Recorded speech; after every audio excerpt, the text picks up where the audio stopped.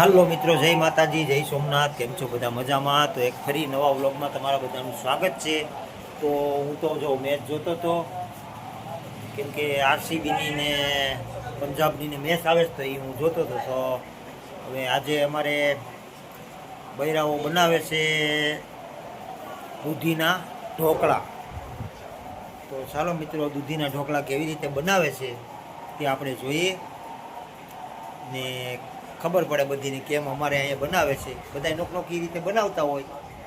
તો ચાલો મિત્રો, આપણે આજે જોઈએ કે દૂધીના ઢોકળા બૈરાઓ કેવા બનાવે છે અને કેવા બનાવે છે, એમાં શું શું નાખે છે. તો ચાલો મિત્રો, આ વિડીયોમાં બનાવી રહેજો. ચાલો. તો જો મિત્રો, દૂધીને ખમણે છે, ચાલ પાડીને ખમણીને જો આ ટોપિયામાં નાખે છે. અમારે રૂપેશભાઈના ઘરના, એટલે એના ઘરેથી બનાવે છે. અને અમારે ભાવેશભાઈના ઘરેથી બિંદિયા અને પાયલ બે બનાવે છે, કેમ કે સેજલ તો છે નહીં. તો લોટ ને બધું જો ડુંગળી ને 2-3 જાતના લોટ ને આદુ ને લીંબુનો રસ ને ધાણા ને એવું બધું કટિંગ થઈ ગયું છે. તો મિત્રો, બધા મસાલા ને લોટ ને જો કરીને લોટ બાંધે છે. તો એ લોટને બાંધવાનો કાર્યક્રમ ચાલુ છે. ચણાનો લોટ ને એવું બધું ભેગું કર્યું, આદુનો ભૂકો ને એમાં પછી ખાંડ ને મરચું ને બધા મરી મસાલા ડુંગળી ને બધું મિક્સ કરે છે. અને પછી આપણે લોટ બંધાશે ને પછી આ છે આપણે લીંબુનો રસ,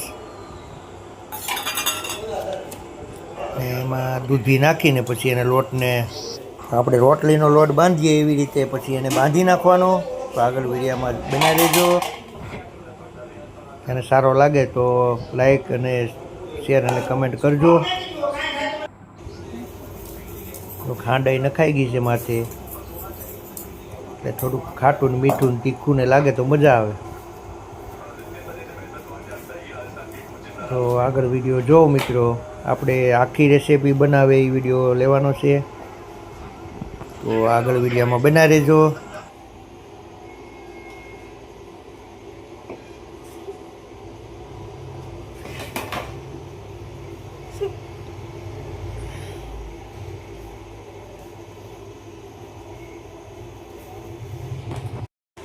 જો મિત્રો, તો આપણો લોટ બંધાઈને કમ્પ્લીટ થઈ ગયો છે.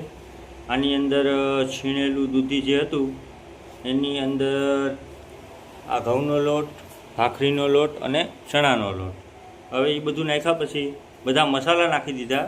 હળદર, ધાણા જીરું, મીઠું, મરચું, ગરમ મસાલો જે આવતું હોય તે બધું. હવે લોટ બંધાઈ ગયો છે.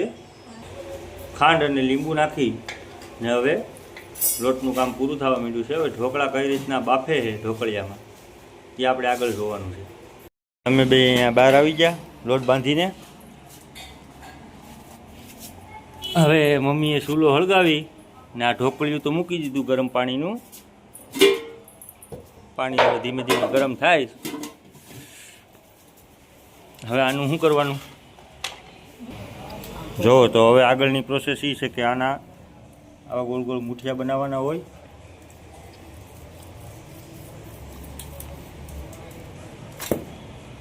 હાલો, તો અહીંયા મુઠિયાની ડીશ એક કમ્પ્લીટ થઈ ગઈ. હવે ને આપણે આ ઢોકળિયામાં ગરમ પાણીમાં રાખી દેવાની છે. જો ગરમ પાણી છે, થકી જવાય નહીં. હવે આ પાણી ઉકળશે, એમાં બફાઈ જશે.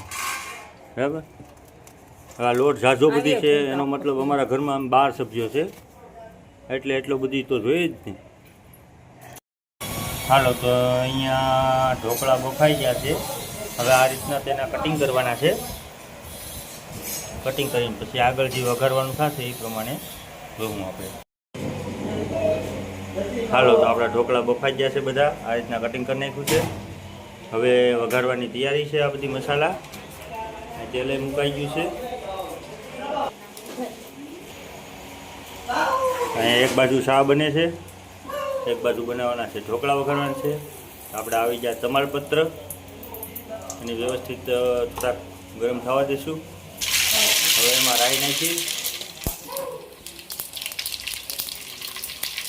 હવે આવશે આ મીઠો લીમડો એટલે કે કડી પત્તા. હવે એમાં હિંગ નાખવાની છે, હળદર,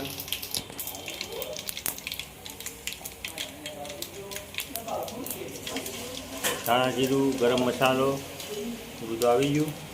નિમક નાખવાનું છે.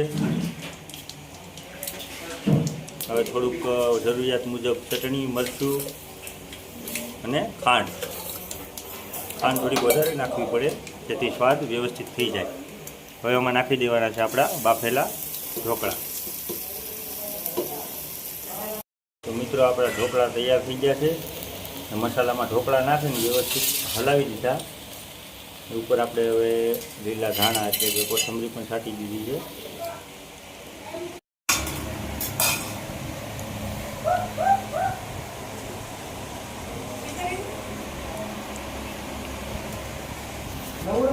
હાલો મિત્રો, ઢોકળા ખાવા દૂધીના. હાલો તો હવે દૂધીના ઢોકળા બની ગયા, બનીને ઓલરેડી તૈયાર થઈ ગયા અને મસ્ત મસ્ત બની ગયા. તો હાલો હવે આપણે ખાઈ લઈએ અને વિડીયોનો એન્ડ કરીએ. તો જય માતાજી, જય સોમનાથ. ચાલો મિત્રો, કાલે મળશું એક નવા બ્લોગ સાથે. Bye bye.